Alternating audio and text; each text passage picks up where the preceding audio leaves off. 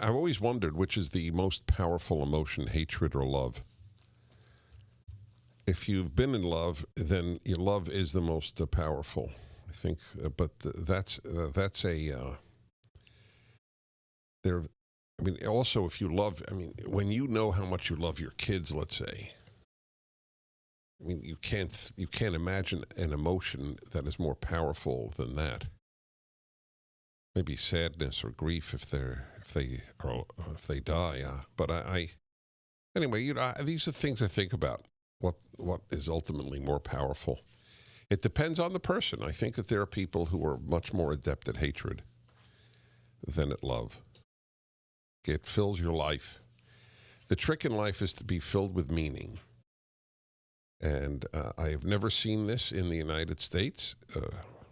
Didn't it took me it took me really till recently to even believe that it was so, that the hatred of Trump can consume a human being. I had as much disdain for Barack Obama as they do for President Trump. I thought he was a terrible president. I thought he damaged our society. I thought he was a glib man with nothing behind the glibness. But I was nothing close to being consumed with hate. I didn't go to bed thinking about him. I didn't talk to my wife about him, except if, discussed any specific issue. But it's quite remarkable. I mean, it's a consumption. It's like consumption. What was consumption? The early word for tuberculosis? Well, was that what it was? People died of consumption. Yeah. Country is going to die of this consumption. Trump's muddled message, like you're going to have a completely consistent message. Anyways, did the LA Times feature on front page, Biden calls Trump's closing of flights from China xenophobic? Was that on the front page of the LA Times? I'll buy you a Rolls Royce, living martyr. Would you like a Rolls Royce? No, I don't think. I have to say this. You showing up somewhere in a Rolls Royce, first of all, it undoes living martyr. Right? You could have your license LM64432, but nevertheless, it wouldn't really work. Let me see, what did I get? I got a PragerU license, picture of a PragerU license in Minnesota. We should really encourage that. It'd be fun to have all the states, somebody in each state have a PragerU license. California's taken. Anyway, this consumption is beyond belief. It is more important to defeat him than anything else. It fills their lives with meaning. What an empty life. Opposing the President Obama did not fill my life with meaning. I have to say. I am getting a lot of work done on the third volume of the Rational Bible. I'm on schedule to finish Deuteronomy, the fifth book. There are 5 books in the 5 books of Moses, oddly enough, or the Torah, or the Pentateuch, and they are the basis of Judaism and Christianity, those 5 books. Love God is in Deuteronomy. A lot to say on that one. You know what is amazing to me? I'm gonna take your calls, but I talk about everything here, and this is part of the appeal, I hope.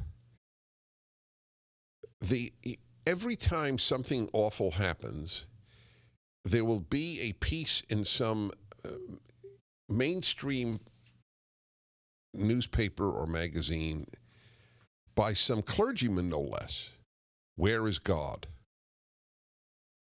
I wonder if you are a Christian or a Jewish clergyman, you haven't asked that question before. It took this particular crisis.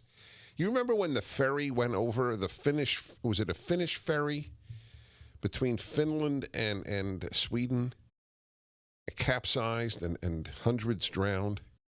So I remember a Swedish clergyman, which I was shocked that there was a Swedish clergyman to begin with, just stood there and into the microphone and I just don't understand, where was God? That's a fair statement, but it's like, did you not grapple with this when you were, or before you were ordained? The answer is that God allows these things to happen. I have a lot of questions to God, but the existence of natural suffering, which is the question. I agree, but then what do you do with it?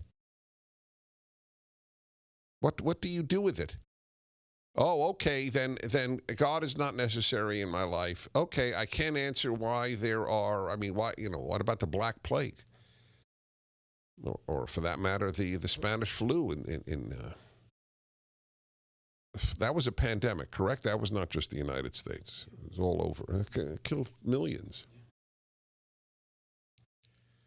Or, listen, so I have an answer. This is my answer. I know I broadcast this before. It's probably worthwhile.